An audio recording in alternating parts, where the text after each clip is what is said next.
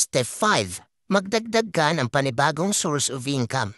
Napakahalagang gumawa ng budget at mag-cut ng mga unnecessary expenses. Pero one side pa lamang yan ng equation. Ang other side is kung paano mo naman mai-increase ang iyong income. Palagi nating tatandaan kung bakit kailangan nating mag-increase ng ating income. Ito ay dahil sa inflation. Ang inflation ay resulta sa pagbaba ng halaga ng ating pera kaya tumataas ang presyo ng mga bilihin. Average inflation rate taon-taon ay 3%.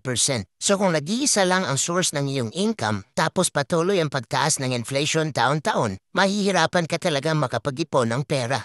Kaya ito ang lagi mong tandaan. Kung hindi mo kayang baguhin ang iyong expenses, baguhin mo ang iyong income. Nabanggit natin kanina sa step 4 ang paggawa ng adjustment sa iyong mga unnecessary expenses. Pero mas mabuti na gumawa ka rin ng adjustment sa iyong income dahil ang pagbawas ng iyong expenses ay short-term solution lamang sa iyong long-term na financial problem. At para sa akin, mas madali lang i-increase ang income kaysa bawasan ang expenses. Dahil mas gusto ko yung nabibigay ko sa sarili ko ang mga bagay na gusto kong bilhin. At nakakatulong din ako sa mga taong malapit sa akin kung sakaling nagkaroon sila ng emergency. Kaya gawin mong goal na ma-increase ang iyong income ng 30 to 50% taon-taon para mas mabilis mong maipon ang kinakailangan mo na halaga sa iyong emergency account at retirement account para matalo mo ang pagtaas ng inflation at para mabilis mong makamit ang iyong financial freedom.